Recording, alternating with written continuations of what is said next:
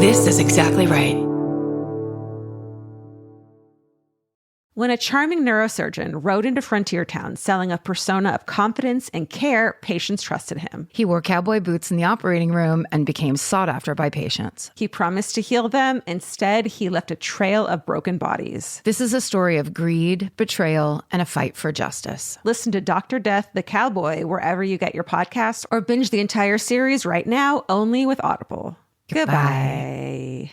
Capture your favorite summer feeling with Pandora Jewelry. Discover a collection inspired by the sunshine, freedom, and moments that make the season unforgettable. From sun-kissed metals to personalized pieces ready to be engraved with your summer mantra. Each design moves with you from beach days to golden nights and every memory in between. Shop Pandora Jewelry's new summer collection in-store or online at pandora.net and let your summer unfold. Goodbye. Summer is for adventures, road trips, and adding a whole lot of miles to your car. That's why it's worth stopping at Valvoline Instant Oil Change first. Their trained techs help you get road trip ready with an oil change and an 18-point maintenance check included with every oil change, checking your tire pressure, wipers, lights, and more. Valvoline Instant Oil Change techs complete over 270 hours of training, so your car's in capable hands. Best part? You can stay in your car and you're in and out in about 15 minutes. Valvoline Instant Oil Change. Change wisely. Goodbye.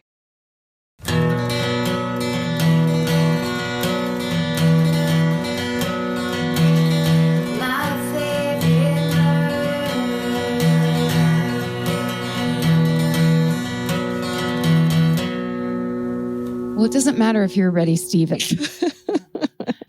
As we berate, like the real us is just berating Steven. Steven includes a 7-second me reaming him before the episode starts. It's like a what's it called when you're a hostage and you're like trying to send a message to the outside world. Oh yeah, it's all Stockholm syndrome at this point. Yeah, that's right. Steven has really bad Stockholm syndrome. Evil. We are starting now. Karen. Welcome to My Favorite Murder. Karen, I'm just gonna yell your name. Karen, Georgia, we started the podcast. How do you feel so far? Oh, fuck, I can't stop. I'm great. How are you? We're so bad. I don't know if you've ever asked me how I was like that. How are you? How are you really? How are you? Let's have a moment of vulnerability. I feel a lot of anxiety about so many things. You know that weird Wednesday feeling? We're recording this on Wednesday. Yeah. Will we get it up in time? Job stuff. I drink too much coffee all day. Oh, you did. Am I drinking too much Diet Coke to the point where I'm killing myself? How many do you drink? Diet Coke? Yeah. Oh, it's only like 23 a day. I like that every episode now you have to admit, like you have to confess something you do. That's like, because you told us you smoked cigarettes last time. I mean, very rarely. It's not like, I wouldn't call that, it's not a thing. It's just, that's like my secret sneak away once in a while. I think you're in denial. I know. What's your big reveal? Oh, what's a good one? What's a fun one? I have adult acne. Okay. That sucks. I can relate to that. Yeah, I don't like that. That's about it. That's all you're willing to give? No, I mean, my life is a fucking ope. I have nothing that I hide. I feel like I think people can, it helps people lock in to our humanity. Yeah. When we're just sitting here going, gross, disgusting, horrible humanity. Check out this hideousness. And they have make it a podcast. Gross. It better be a podcast. Yeah. I don't want to look at it. We're getting a lot of, is very enjoyable. And of course, feeding the ego.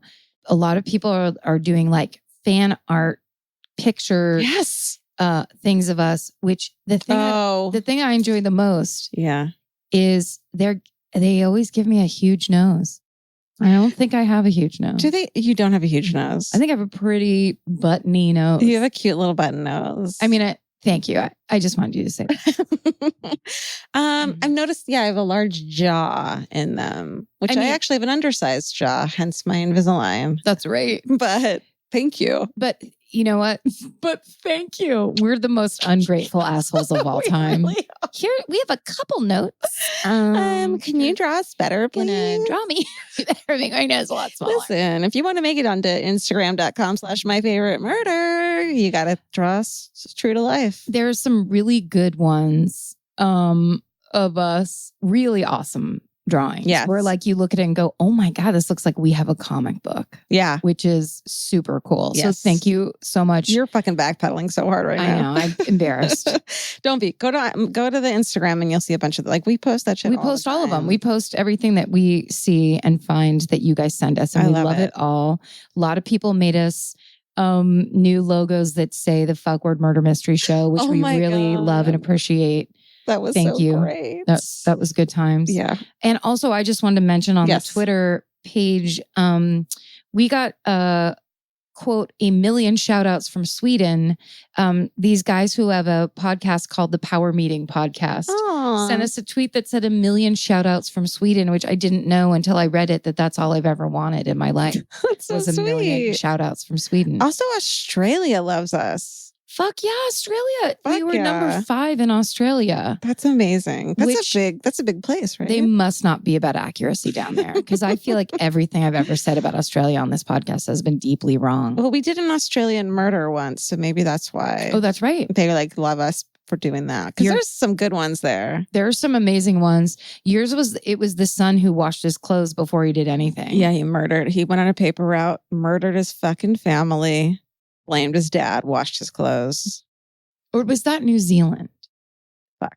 No, I think it was Australia. Watch the numbers plummet. Oh my God. Why did I even bring this up? I don't know. I brought it up.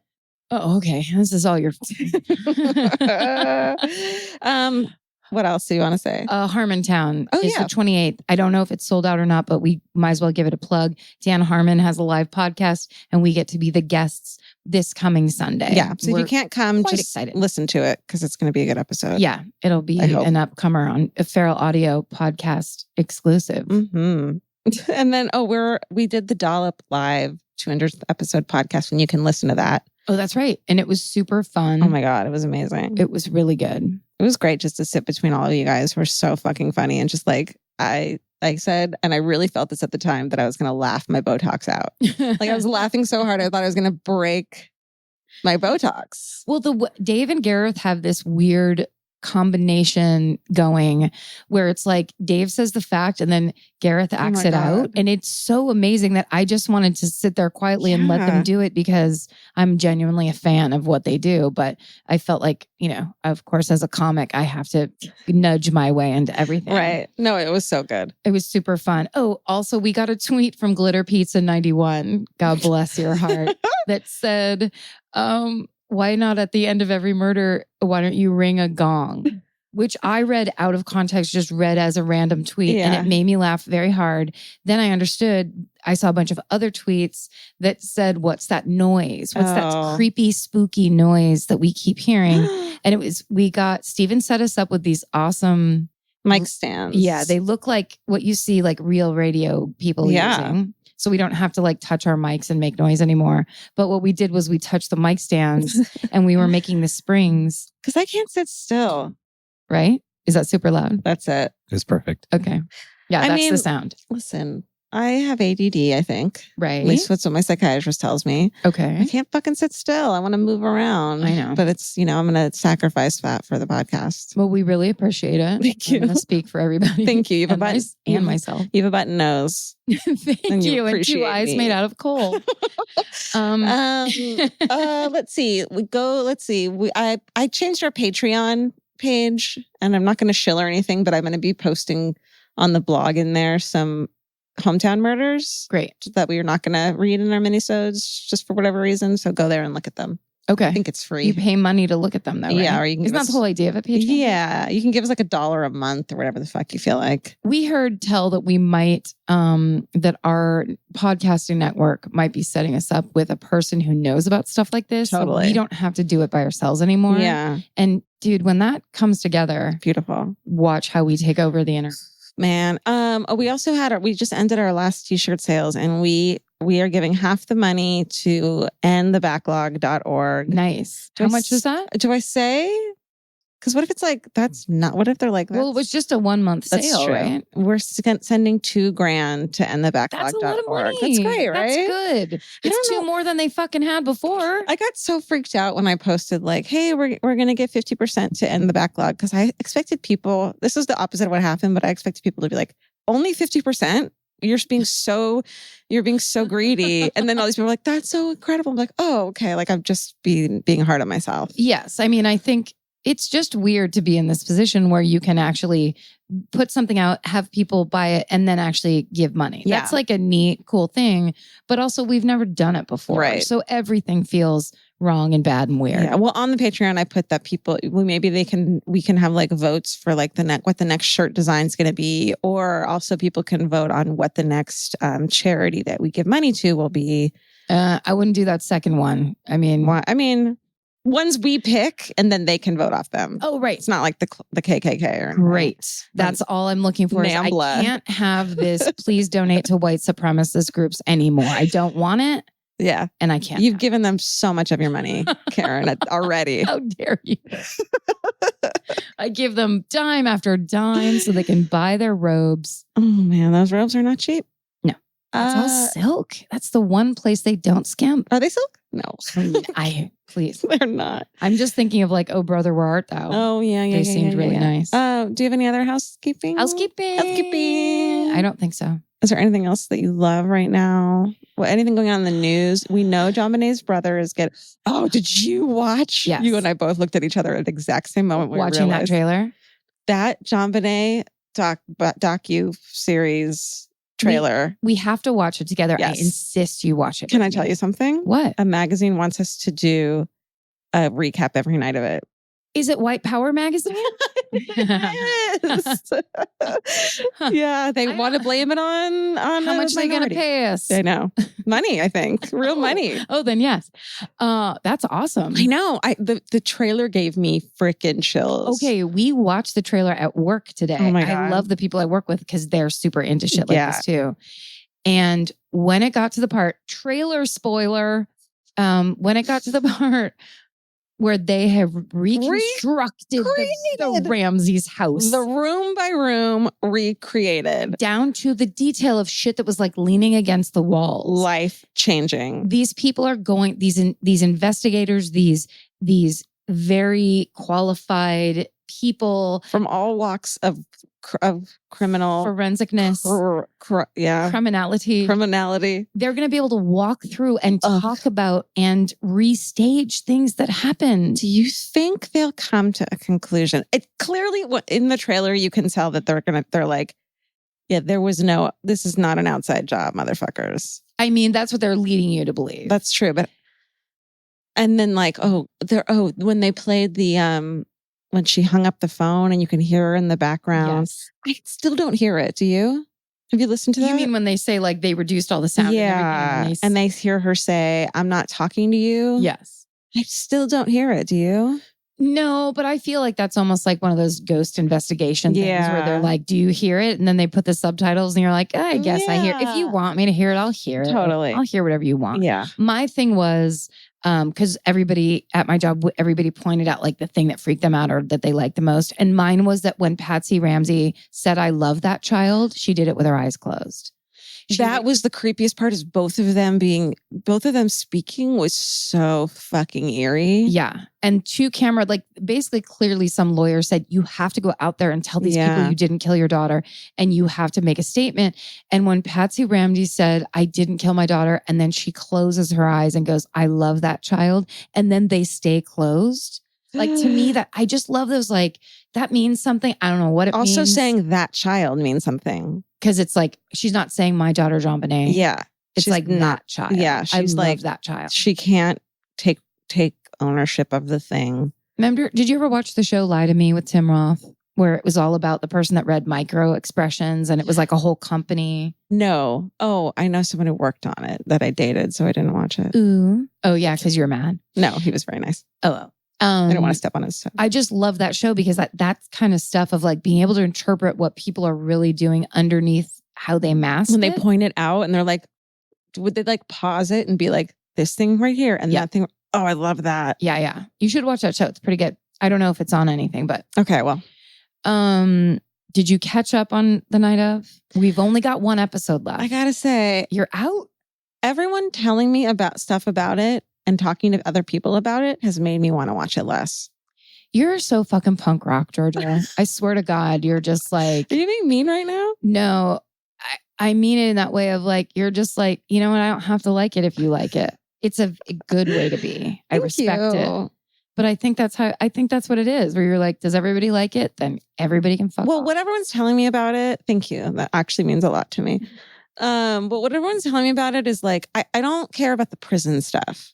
I want the trial stuff. And from what someone said to me, someone was like, and I'm not going to take responsibility, but I don't remember who said it, was like, listen, I watched Orange is the New Black. I don't need to know what's going on in prison. Like, I was like, so did I. Totally the same. It's totally the same. I just like, I want to know the way that they find out how the investigation goes, how the trial goes. Stuff in prison, I don't care about.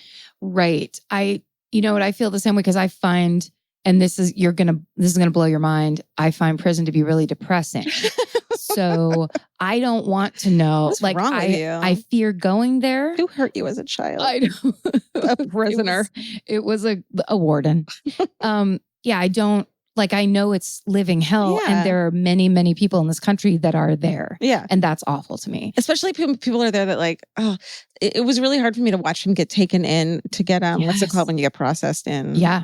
Because it's like, no one gives a shit about you. And you like, immediately are just trash. Yeah. Like the way, when you wait in line at a post office and you get to the next teller and you can tell they've had a hard day and they fucking hate everything. So you can smile and be like, hi, and be nice. And so they'll give you a better experience and be happier. Yeah. Like, you can't do that in prison. What am I supposed to do? No. I didn't learn to be polite for nothing. No, it's like, I mean, and it is like, we talk a lot. We talk a big game about like, send them away because we talk about these specific stories where people cut off 15-year-old girls' arms and leave them to die, and these horrible cases.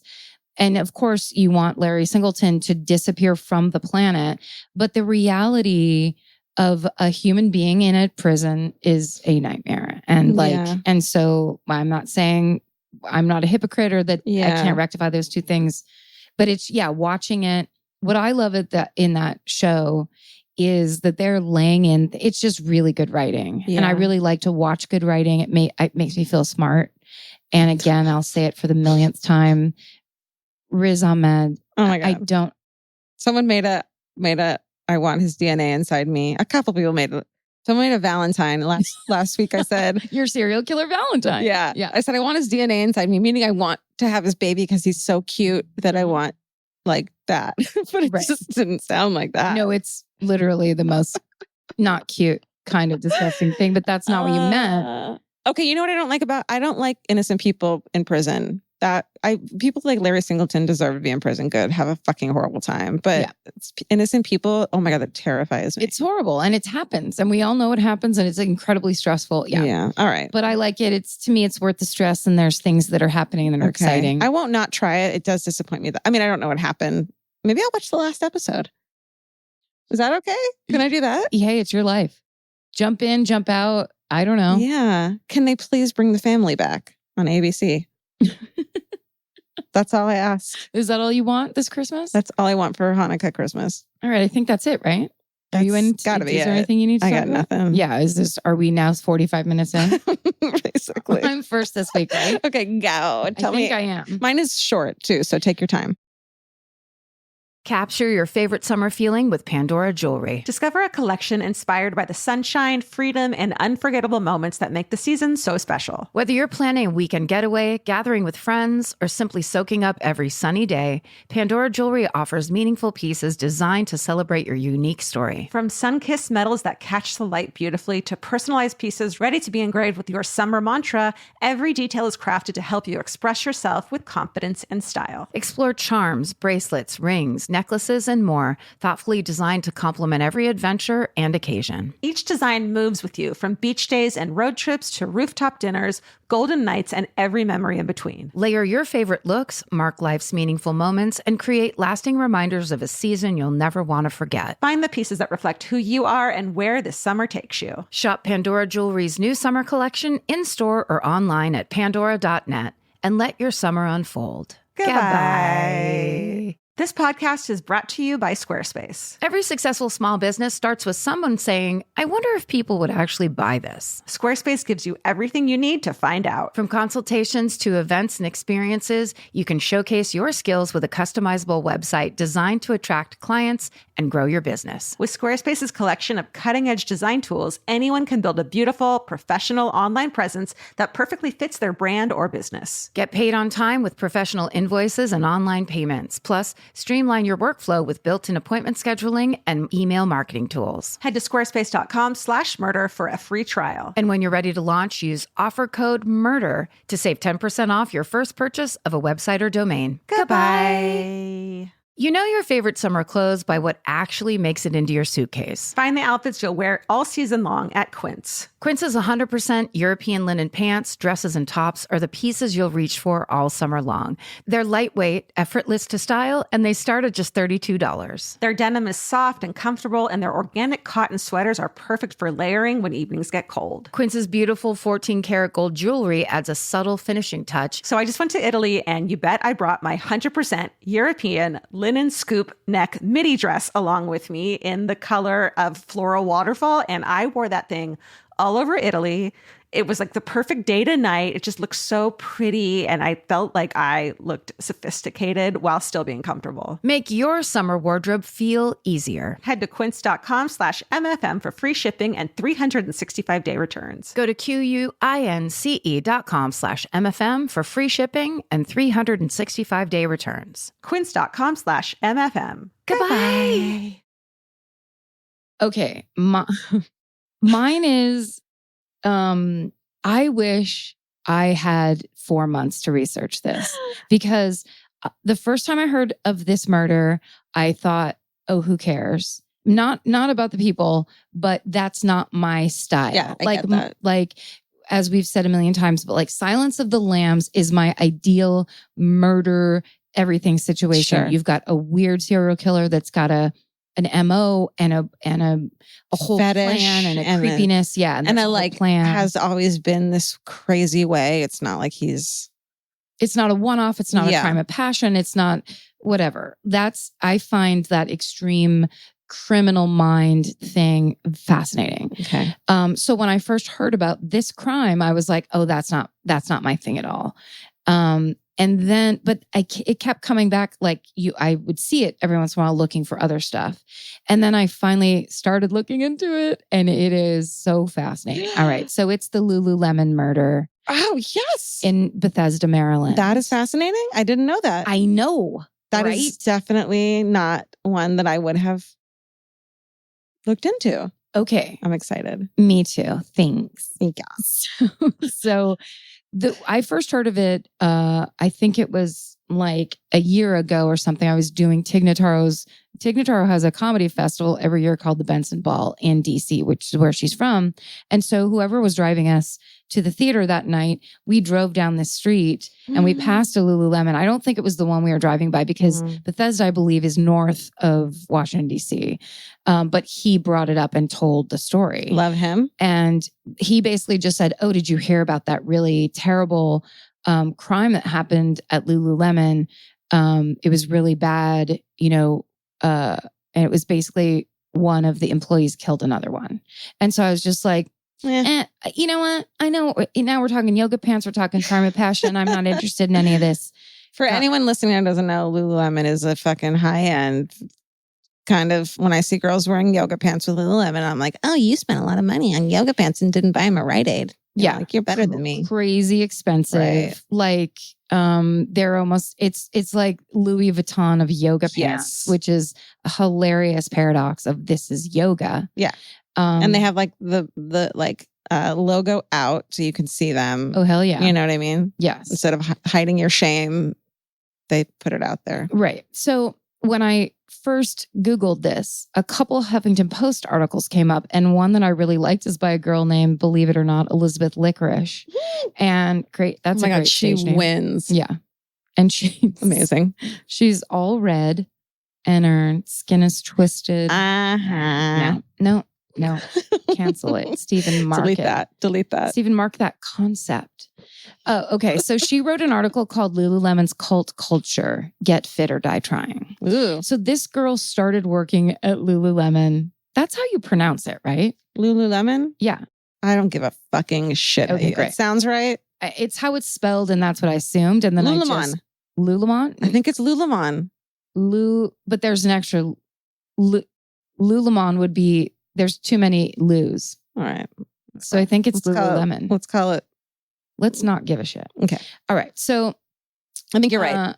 I think you're right. It has, this girl worked there. And so she's talking about what a creepy, like culture this business has, which is very funny because like when I worked at the Gap in the 90s and I only worked there for a year, I really hated it.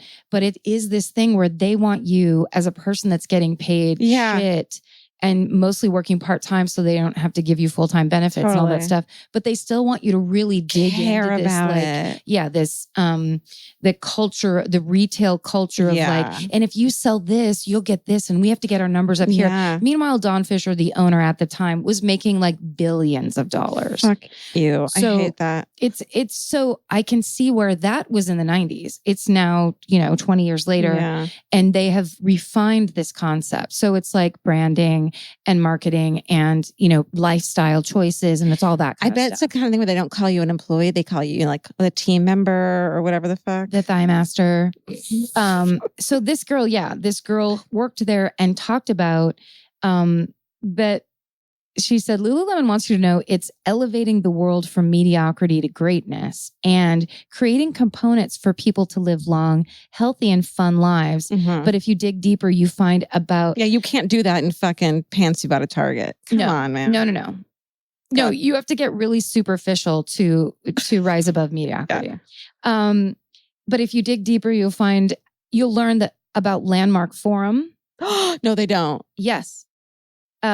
Which is the ultra secretive, eerily cultish educational series, which Lululemon employees are strongly encouraged to attend. Shut up. Yes. Now I know I have a friend who did Landmark Forum and is like, I believe in it. I think it's great. And I said, yeah, but isn't it a crazy pyramid scheme where you basically have to bring people in and you spend thousands of dollars? And he goes, yeah, but I just didn't do that. Like I got what I wanted and I left. And I'm like, well, you're a strong-willed person. Yeah. But I think it's one of those things that like, it's like Est or anything that just, it makes money off of people kind of going, this is the answer to my life. And then trying to get everyone they know into it. So, it makes me sad. So they encourage their employees to go to the Landmark Forum, which is bizarre to me. It's so bizarre. And before you're in line for Landmark, you're bombarded with Brian Tracy motivational CDs and a book club that culminates with Atlas Shrugged. Oh shit. So it's not, it's so culty. It's like get that money and get yours and empowerment, but in this weird culty way, which also it's like, this is your job. This is your retail job. Yeah. So, she said it all of it made walking into work feel like she was time traveling to Salem, because with the Lululemon creed and catechism comes a collective mentality that thrives on scapegoats and leaves you feeling worthless if you subsist on anything but spring water and kale. Once another employee sneered at me from across the floor and said the soda I happened to be enjoying would rot me from the inside out. Eventually, we were all issued reusable acrylic cups and forbidden to drink anything but water. Oh my God, stop it. So this is, I'm just trying to paint a little bit of a picture. And I really encourage, if you're slightly interested in this, to look up these articles, because it's pretty fascinating how many directions that goes in of, that sounds like a fun read. Yeah. Well, and just the intensity of a retail job. This is so sad. Like, it bums me out so much to think that what people expect from you when they're not willing to give you any respect at all, or right. When you work there, everything about you is inventoried and measured in terms of authenticity and integrity, which sounds reasonable until you realize your yoga mat's on a sweaty, slippery slope. That missing your extra, I'm still reading the article.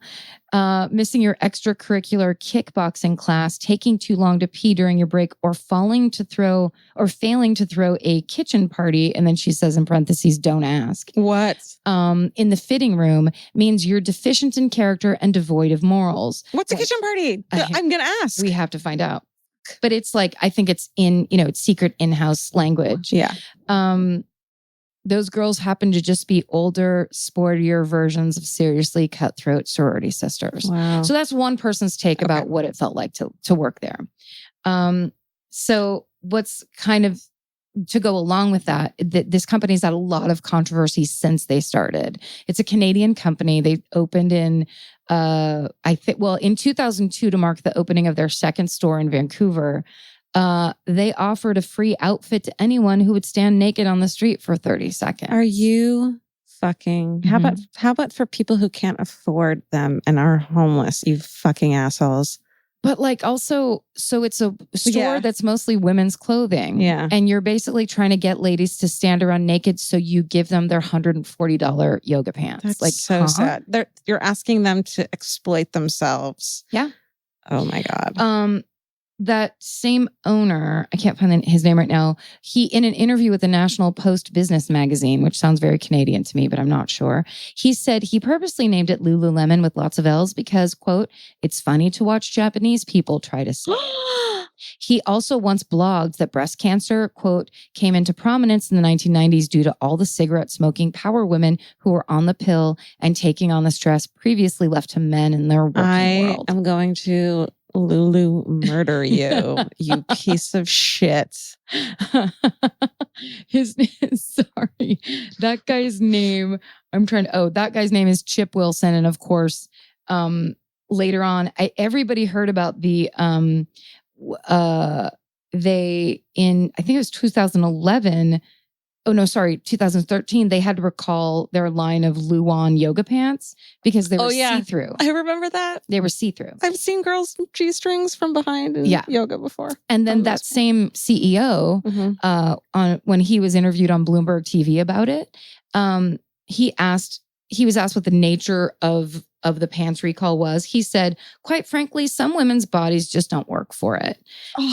It's more about the rubbing through the thighs, how much pressure there is over a period of time. You fucking dick. So he's basically saying, if you're not emaciated, you can't wear our yoga pants. And if you do, it's your fault. Yeah. So he's a superstar. After he said that, of course, he was asked to step down from being the CEO because it's, at the time it was 2013. So I'm sorry, sir, that it's not 1945 anymore. You can take that shit elsewhere. Yeah. In 2007, they had a line of clothing called Vita C, SEA, which the company said it was made from seaweed fiber. And according to the tags, they said it released marine amino acids, minerals, and vitamins into the skin upon contact with moisture. Did it stink? Did it stink? Reducing stress and providing anti-inflammatory, antibacterial, hydrating, and detoxifying benefits. Bullshit. So the New York Times, that's exactly right. The New York Times commissioned a laboratory test of a shirt made from Vita C. And there was no significant difference in mineral levels between the Vita C fabric and a plain cotton t-shirt. In other words, the labs found no evidence of seaweed in the Lululemon clothing at all. To do that. We're not done. In 2008, a mother and daughter found a hidden message in the shopping bag underneath a layer of inspirational quotes such as friends are more important than money. There was a second note that said, quote, some brief or quick fix instance in... Whoa, start over. Some brief or quick fix incidences when our minds are clear to be creative are when drunk or stoned or just after an orgasm. What does that mean? Oh, okay. So they're promoting being drunk or stoned or orgasm. Or having an orgasm so that you can be creative. And How did they hide this that? is inside a yoga pants bag. So they had this, it turned out that they had printed this up initially. People saw it and were like, what the fuck are you doing here? Oh, the other quotes were, the athlete's high is the most long lasting as it can last up to 6 hours. And there's a little difference between addicts and fanatic athletes. Both are continually searching for a way to remain in a creative state. So it was all this weird. They were very pro drugs and sex. And then a couple people got the bags and were like, what's wrong with you guys? This is a yoga pants store. Yeah. So they took the bags and just sewed over them with friendship is more important than money. But all you had to do was wash the bag a couple times and then the other label came out. Oh, I bet those are worth some money on eBay. It's pretty hilarious. And also creepy. Like you're getting these weird messages. Anyway. Yeah. And the answer back when that happened was not an apology. They were basically like, we're about speaking our mind. We're about living in this, having new ideas and new experiences. And they basically were like, yeah, we do what we want. We're trying to inspire people. So, oh my God. So how did they get? Yeah, I have. Yeah, go on. Just how you're saying? How? Yeah, but also good for them. But don't shop there. Like they can do that. It's fine. You can do that. Like, here's the thing. Yoga is a practice that's about connecting to yourself and connecting, having a body-mind connection so that you are more in yourself and calmer, more normal. It's not about spending money. Yeah, it's not about being better than your sorority sister. But to get a mantra for transcendental meditation is fucking $3,000. Like, how do they? Well, no, that's based on how much money you make. But I mean, I'm not defending it because it costs money. But what I'm saying is this is a store that's creating that culture of you will spend money always. And you will spend money on bullshit because we're going to lie straight to your face and say that our clothes are made of detoxifying seaweed. That's insane. Crazy. Yeah. So anyway, that's just a little background. All right. Okay. So the worst thing that happened to them, of course, was in 2011, on the morning of March 12th, an employee entered their store, the Bethesda, Maryland store, and she actually went in. She heard something inside, I think it said. And so she went and got a guy off the street and said, you have to go in there and check. I'm supposed to open the store and there's weird noises. And the guy walked in to like a bloody scene. And it turned out that Brittany Norwood and Jana Murray were lying in the store. Jana was dead and Brittany was tied up, bound hands and feet. Jana had a rope around her neck and hammer knife wounds to her head. Holy shit. And she had been repeatedly struck with a metal stand. Later on, the medical examiner found out she had 330 distinct wounds on her body. Oh my 330. God. How long would that take to hit someone 330 times? And how much rage and how personal. That's like 10 minutes of hitting. It's insane overkill. Yeah. So when the cop touched Brittany, she flinched.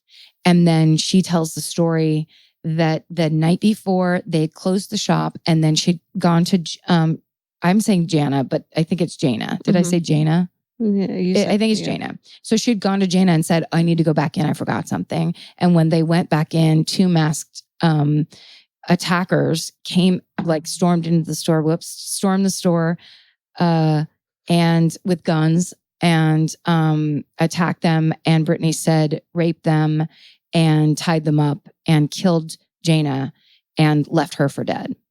Had she been hit at all or hurt at all? She had injuries too. Okay. And her pants were slit at the crotch. It all looked very bad. Mm-hmm. So it all looked very bad. Okay. So, sorry, I have to scroll down on my dumb thing. So, of course, panic set off because this is apparently a super high-end area. Mm-hmm. Because that's how those stores are always in, totally. like really. So people are freaking out. Like there's no violent crime in that area at all. Immediately the cops are set up a manhunt. There's $150,000 reward for anyone with information leading to an arrest. It's like big and huge. And they start talking to people around the neighborhood and they talk to these employees at the Apple store, which was right next door. And these employees say that, yes, they heard two women arguing and yelling and some weird thumping and fighting noises the night before, but they never called 911. How do you? They didn't get asked that question in court, which of course, because it's like, ultimately it's not about them and what they did or didn't do. Yeah. Aside from, I'm sure they struggle with it because it's hideous. Definitely. Yeah, they didn't. And then somebody included in one of these articles that I read, it was this really awesome thing about how when you have a phone or a computer or something that distracts you, you are like some percentage, I won't make up, and I'll just be honest that I don't know it, but like a very high percentage less likely to get involved with anything happening around you. Wow. So they're in an Apple store. So it's probably like weird noise, could go back to playing Yahtzee with friends or whatever on your phone. I don't know if I would, like, how would you get involved? It just so depends on the situation. If you can't expect people to be being, getting murdered. No. If you hear a fight, you're not like, I'm going to go make sure no one's getting murdered. No, not at all. And especially in that area. Yeah. No, it's a weird thing. I'm sure they had never had any experience like that. No. And they probably were like, oh no, those girls are fighting next door at the end. That's totally what they thought.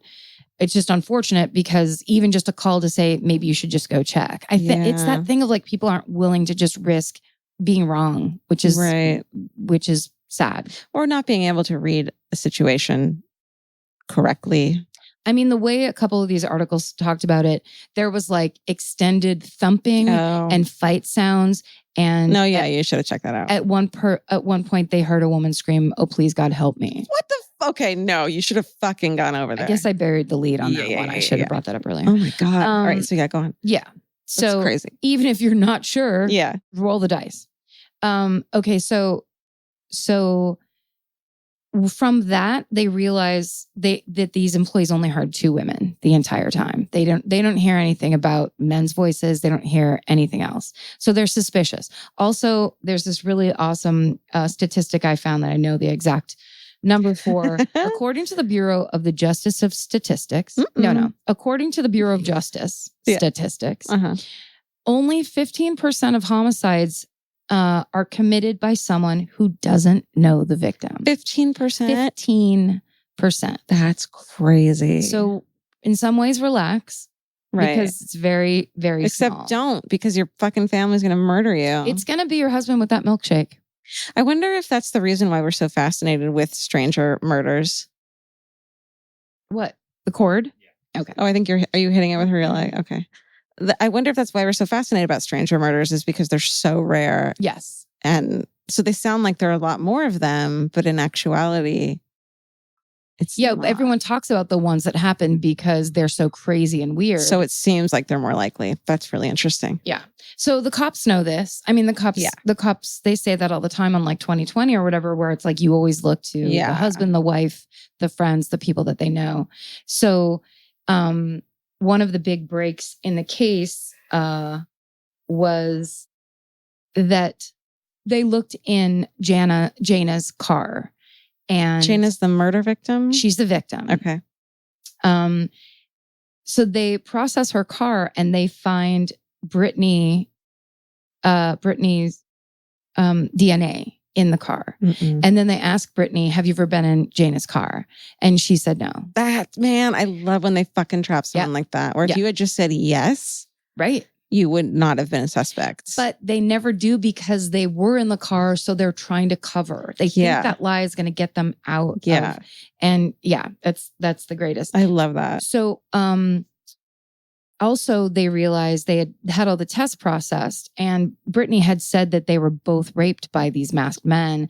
But when the test came back, there was no sign of rape on either of them. There was no, evidence of it. Yeah, there was all of the normal things that they find. No were penetration, no on either of them. Okay, and also her wounds were few and superficial. Right. Yeah. If you're going to hit someone 300 something times and the other person just gets a little. No. Yeah, that's crazy amounts. Yeah. And also because then that's like, there's some crime of passion taking place. Yeah. So there is an intended victim here. Yes, exactly. Okay. And also then they realize that for the angles, they start studying the angles of the wounds, clearly self-inflicted, and she tied herself up. It was all, they start looking back on it staged. Yeah. Now in the blood, there were 2 shoe prints. Jana's shoe prints were not in the blood. Brittany's shoe prints were in the blood, and a size 14 man's shoe, one. set of men's shoes were in the blood. So not two, like So she grabbed some shoes off the fucking shelf. That's exactly right. Son of a bitch. And walked around through as if a man was walking through. What an idiot that she didn't grab both the fucking... because it's like the display pair. Right. Oh my God. So it's like brilliant and so stupid at the same time. Well, it's that thing of like, you can't cover up a murder. You can't. You just can't. You're not as smart as you think you are. You can't. And also cops have seen it a million times. Like they know what they're looking at and what looks weird and what doesn't. So ultimately they basically get her to start talking. And it turns out 6 days after the crime actually happened, it was the same night of Jana's memorial. They arrest Brittany Norwood for first-degree murder. And so basically they figure out that day, Brittany had been caught shoplifting a pair of yoga pants by Jana. And that's what caused, that was the inciting incident. Obviously, much more was going on for her to get stabbed over 300 times. And they said she used 5 different weapons, all found within the store. Oh my God. Yeah. And there was a blood trail that showed how Jana tried to escape through the back door. Holy shit. And she had 107 defensive wounds. Oh my God. And they said that was the most that medical examiner had ever seen on a victim. Wow. So this was a crazy and horrible and extended period of time where this murder happened. Now, here's the creepiest part to me is Brittany clearly just goes fucking berserk, snaps. She gets caught. Now she's out of this system. She's the worst of the worst. If you're bad for drinking Diet Coke on the floor, imagine what getting caught shoplifting would be like in that culture at that store. Also, I don't think it was probably very easy because Brittany was Black. And I don't know what the percentages were of people who were Black that worked at Lululemon, but I bet that was an element in it. Yeah. I'm sure that there was something that brought to the table. There was other articles that talked about how she had stalked her boyfriend. I think she was definitely maybe a borderline personality. She had definitely had some issues, whatever. But this girl viciously and insanely murders her coworker and then lays down in blood for hours and hours until she gets discovered. Crazy. In the same room as a dead body. I mean, that's the creepy level of that. Oh, and also she went and moved because when she called Jana back to let her back into the store, Jana was double parked. So she had to go get into her car and she went and parked it down like a couple blocks away. And that's how they got that DNA of hers in there. So essentially she had 10 hours to stage and plan this crime and figure it all out. So anyway, she was convicted in an hour. They tried to say that she was insane and they were like, no, sorry, this was insanely premeditated. Yeah. I mean, that's bad phrasing. This was very premeditated and obviously she tried to cover it up so she knew it was wrong. Yes, exactly. And I guess so she got a life sentence and with no possibility of parole. So it turned out that the Lululemon murder was much more fascinating than I could ever imagine it to be. I thought she just like went in there and shot her. Like I didn't even know any of the details. No, it was grisly as hell. Yeah. And just that the element, like the pressury sales sorority sister element of it is fascinating to me.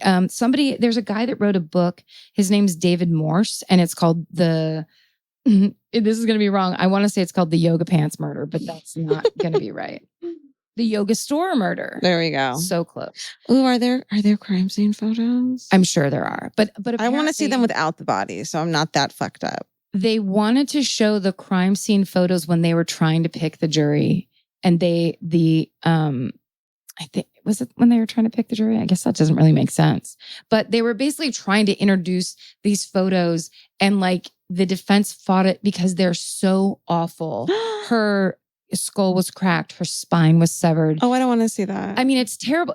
I mean, you know, she was stabbed over 300 times. It's insane. It's horrifying. Holy shit. Yeah. So there you go. Oh, Namaste. Honey. Namaste. Namaste, Karen. Namaste, everybody. Should we end on an om? Well, fuck. All right. Capture your favorite summer feeling with Pandora Jewelry. Discover a collection inspired by the sunshine, freedom, and unforgettable moments that make the season so special. Whether you're planning a weekend getaway, gathering with friends, or simply soaking up every sunny day, Pandora Jewelry offers meaningful pieces designed to celebrate your unique story. From sun-kissed metals that catch the light beautifully to personalized pieces ready to be engraved with your summer mantra, every detail is crafted to help you express yourself with confidence and style. Explore charms, bracelets, rings, necklaces, and more, thoughtfully designed to complement every adventure and occasion. Each design moves with you, from beach days and road trips to rooftop dinners, golden nights, and every memory in between. Layer your favorite looks, mark life's meaningful moments, and create lasting reminders of a season you'll never want to forget. Find the pieces that reflect who you are and where this summer takes you. Shop Pandora Jewelry's new summer collection in-store or online at pandora.net and let your summer unfold. Goodbye. Every piece of furniture you own has a story. Sometimes it's an heirloom, and sometimes it came with the house because it was too heavy to move. If you're ready to start a new chapter with your home decor, there's Article. Article makes it effortless to create a stylish, long-lasting home at an unbeatable price. They take great care in curating their collection, focusing on pieces that stand the test of time. We've talked about Article for a long time. There are pieces in that catalog that are so affordable that are room changers. And if you go through there and there's like a little something you don't even realize you need it until you see how they have stuff set up or what style combinations that they're doing, where they do the boho chic, there's mid-century, it's a little bit modern, it's something new.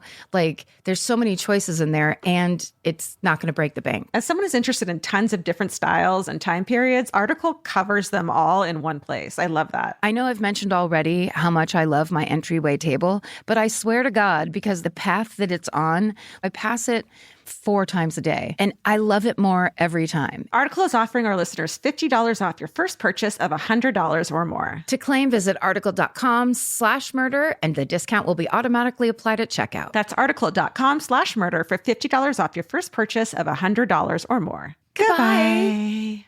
Summer's for adventures, road trips, and adding a whole lot of miles to your car. That's why it's worth stopping at Valvoline Instant Oil Change first. If you need an oil change, make the smart stop at Valvoline Instant Oil Change before you hit the highway. Their trained techs can help you get road trip ready with an oil change and an 18-point maintenance check included with every oil change, checking your tire pressure, wipers, lights, and more. That means they're checking important things before you're halfway to your aunt's house with no cell service. And these aren't just any techs. Valvoline Instant Oil Change techs complete over 270 hours of training, so your car's in capable hands. The best part? You can stay in your car and you're in and out in about 15 minutes. So before your next long summer ride, pull into Valvoline Instant Oil Change. Valvoline Instant Oil Change. Change wisely. Goodbye.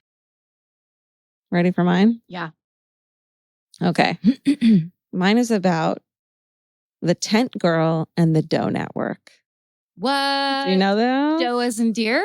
No, DOE as in like Jane Doe. Oh.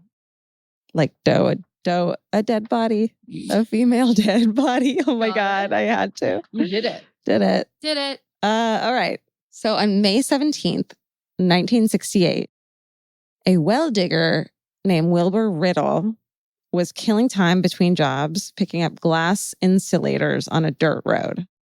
It was just outside Lexington, Kentucky. Mm-hmm. So he's scavenging. Sure. He comes across a large green tarpaulin, and that was commonly used by carnival workers to store the big top tents in. And inside, he finds the nude, decomposing body of a young woman. She appeared to be in her teens, and she had been dead for months. Oh. They couldn't figure out her exact cause of death, but it was thought that she'd been knocked out with a blow to the head and then tied up inside the bag to slowly suffocate. And the way they knew this is that her nails were worn down and broken. Oh, no. As if she'd been trying to escape. Nightmare. Yes. Mm-hmm. She couldn't be identified and became known as the Tent Girl. Sorry, is 68 you said? Yeah. Okay. It became a local legend, and her grave had a headstone that they had put a sketch of what the police had sketched she might have looked like, and it said Tent Girl, found May 17th, 1968 on US Highway 25 North, died about April, like all these weird statistics about her. Unidentified. So it was a place where local teens would visit to cause trouble and to scare each other. And like on Halloween, at night, you had to go touch the gravestone and run away and stuff. And so a couple decades later, there's a teenager who moves into town named Todd Matthews. And he hears about the story of Tent Girl by a girl he's got a crush on. 9 months later, he and this girl get married. And it turns out her name is Lori Riddle. Her father was Wilbur Riddle, who found Tent Girl. Ooh. So Todd Matthews becomes obsessed with the case. And for decades, he's determined to find out the true identity of Tent Girl. Todd's 2 siblings had died at birth and had really stuck with him. And so he says that he felt like Tent Girl had become his sibling until he could find her real family. Which is so fucking sweet. I might cry. So when the internet's created, he saves up enough money he works low income jobs, saves up enough money to buy a computer, and then he trolls chat rooms and search engines and missing personal listings, searching for details that match Tent Girl. And he creates a website devoted to finding her identity. And this is before any of web sleuthing shit is going on. In his mind, he's just going to email as many people as possible till he finds out who this missing person is. So cut to the night, January 1998. And Todd has been online for hours looking at random stuff when he comes across a classified ad from a woman who's searching for her missing 24-year-old sister, Barbara Ann Hackman Taylor. Todd sees the 3 words Lexington, 1967 missing, and he knows it's her immediately. So in December 1967, 24-year-old Barbara Ann Hackman was a mother and a waitress. She had married young and then mysteriously disappeared. They thought it was a teenager originally when they found the body, but she was actually 24, which is just another reason why cops, it wouldn't have taken someone amateur to find this person, because you're looking for a teenager. You're not going to find someone with totally different statistics. Right. You know what I mean? Yeah. They won't fall into that category for you. So Matthews arranges to have Tent Girl's body exhumed.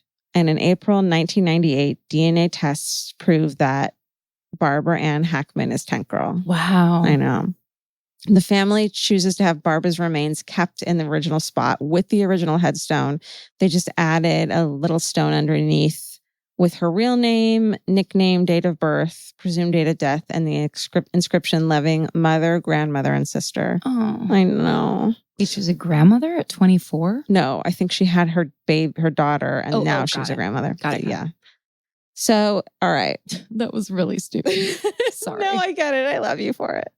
I totally get it. It sounds like I thought that Ku Klux Klan net robes were made out of silk earlier when you said it. So we're good.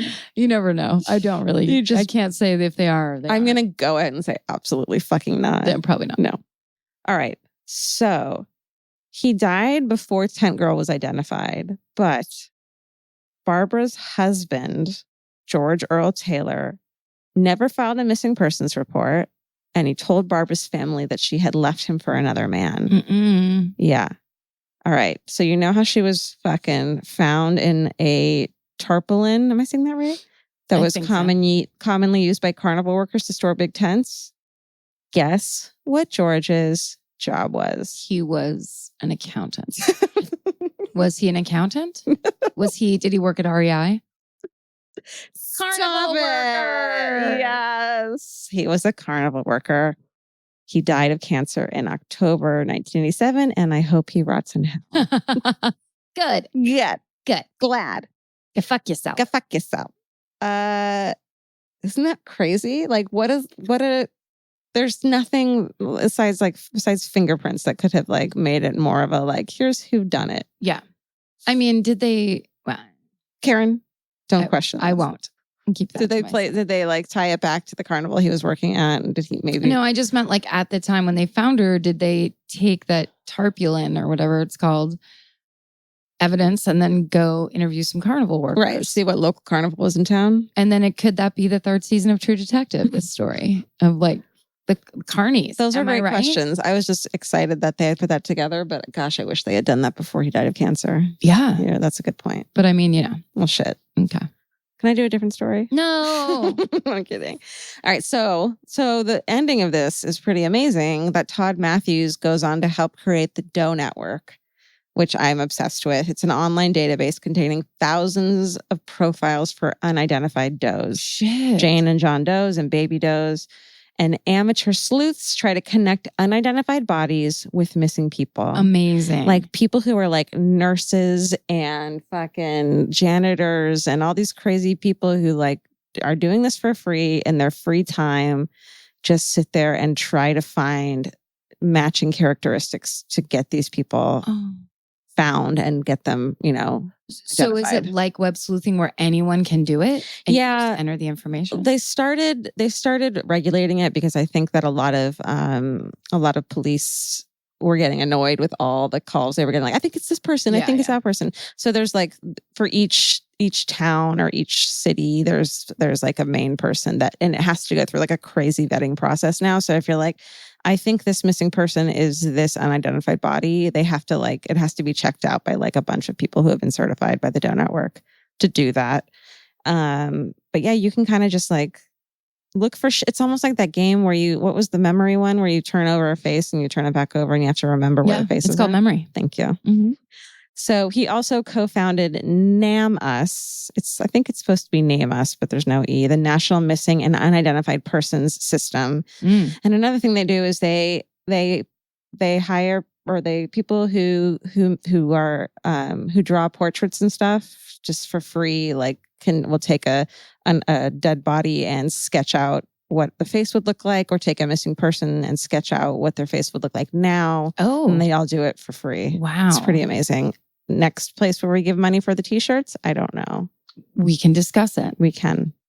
You can vote on Patreon, maybe, if Karen is cool with Ku Klux Klan, maybe getting the money. How dare you accuse me of that? Because she loves it. All right. So as of 2007, I couldn't find any more recent statistics. There's approximately 40,000 unidentified human remains stowed in back rooms of morgues, buried before they're identified, and buried in unmarked graves across the country. What's that number? 40,000. Shit. And that's 2007. The National Crime Information Center records nearly 90,000 missing people at any given time. So 40,000 of those unmarked, unidentified people, their websites list 70 successful identity resolutions that the site has assisted with. Oh, that's nice. 36 had occurred within the first 5 years. And Tent Girl was the first case to be identified by use of the internet. Wow. Isn't that incredible? Todd Matthews, he just like was an obsessive compulsive with this case. And because of that, so many families have been able to find out what happened to their loved ones. And I'm so fascinated with those stories of like, she left home one day and, we thought we'd hear from her again and we didn't. And we don't know if she's alive or not. Yeah. She might have just fucking moved on and hated our dad and, Right. But then they're like, by the side of the road, this person with this crazy tattoo is found. And why can't we identify this person? And so they put all this stuff in the thing. And that's very cool. Yeah. Tent Girl. There's a photo of her. It looks like a lot like the drawing. Sad, right? Well, yeah, but it's like the tragedy that something good came out I know. of. It's very cool. I know. And also just nice that idea that like, that's if you have, it's just so nice for the families. Like that idea of just not knowing is so torturous. Yeah.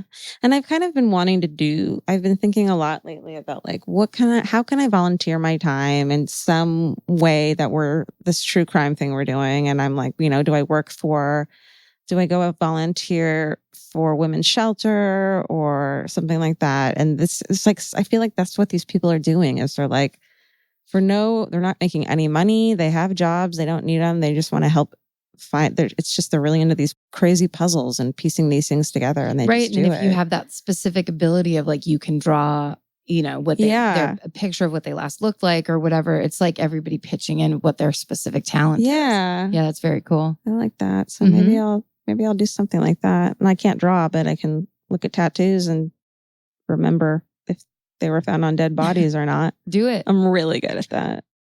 Remembering. No. Yeah. Nice. So that was a short one, but I thought it was important. No, that was cool. I like that it's good information. Yeah. That's a good one. Totally. Do you want to read another hometown? We did a mini-sode, but should we end with a hometown? Oh, yeah. I was just thinking, hold on really quick. Okay. What were you thinking?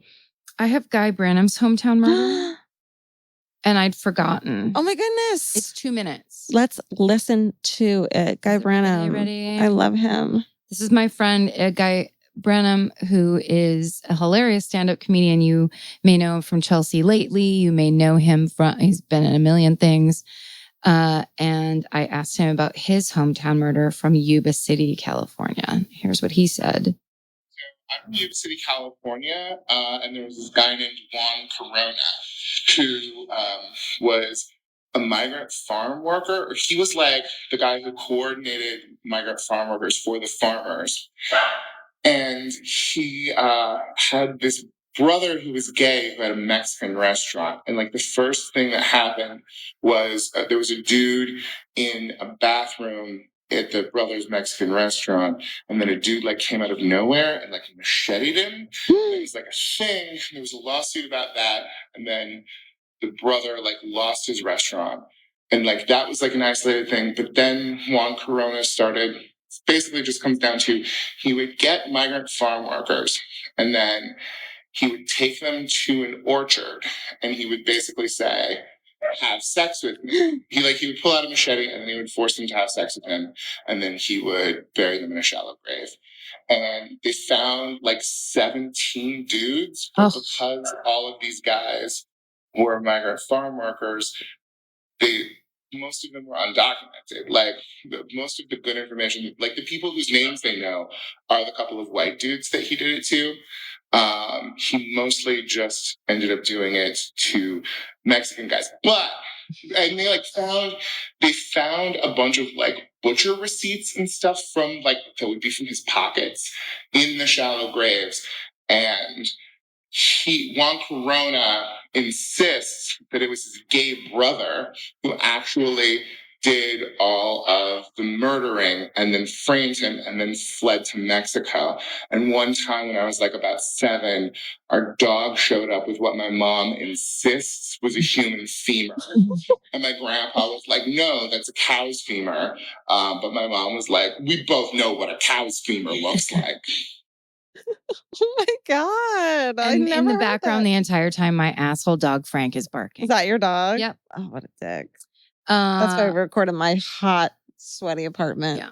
Isn't that so creepy? Like that you're so trapped if you were a migrant farm worker, yes. Undocumented. Clearly you can't go to the cops. And there is a serial killer targeting you, taking people out into orchards. That's so sad. It's so And then crazy. I think about those poor families back home who were like, I don't know what happened to, my brother, but I'm never going to find out. Right. That's exactly right. Sad. It's very sad. Thanks, Guy. He's a swell person. I like him. He's the best. And boy, can he dance. Really? Mm-hmm. Nice. Well, I guess that's it. Yeah. Thank you for listening. Thank you so much. Can you guys, if you rate, review, and subscribe on iTunes, that helps us a lot and we appreciate it. And gosh, it's nice having you guys listen in this podcast. Also, Elvis is sitting right in front of Steven's face because Steven gave him a cookie last time. I like that you just said, gosh, it's nice you listen, everybody. Gee whiz. Gee whiz. Gee willikers, everybody. Thank you. Thanks. And you know what? Stay sexy. And don't get moited. Elvis, you want a cookie? Want a cookie? Whoa. Bye. Bye. Capture your favorite summer feeling with Pandora Jewelry. Discover a collection inspired by the sunshine, freedom, and moments that make the season unforgettable. From sun-kissed metals to personalized pieces ready to be engraved with your summer mantra. Each design moves with you from beach days to golden nights and every memory in between. Shop Pandora Jewelry's new summer collection in-store or online at pandora.net and let your summer unfold. Goodbye. You know that fantasy where you run into your ex while looking impossibly cute and wildly unbothered? Hill House makes the perfect dress for that moment. Or if you're just running errands. Hill House Home is the brand behind the viral nap dress, known for its signature smocking, ultra-flattering fit, and comfort that makes it a favorite for just about everyone. Celebrities like Taylor Swift, Olivia Rodrigo, Anne Hathaway, and Mindy Kaling have all been spotted in Hill House. These dresses are the definition of versatile, perfect for running errands in the morning and stylish enough for dinner or a party that night. And it's not all they carry. They started with bedding back in 2016, and now you'll find bathrobes, pajamas, children's clothes, and maternity, all with the cutest prints. And it's so true. The hardest time picking out one nap dress because the prints are so dreamy and beautiful. But now that I have it, I'm going to wear it all day, every day. I'm going to throw on my leather jacket at night and look like a total badass. Cowboy boots or cute heels, whatever it is, this nap dress can make it look classy. You look like that classy lady you see at the airport. Hill House makes fun fashion that makes you feel good. Get 15% off your first order of $100 or more at hillhousehome.com with code MURDER15. That's MURDER15 for 15% off at hillhousehome.com. Goodbye.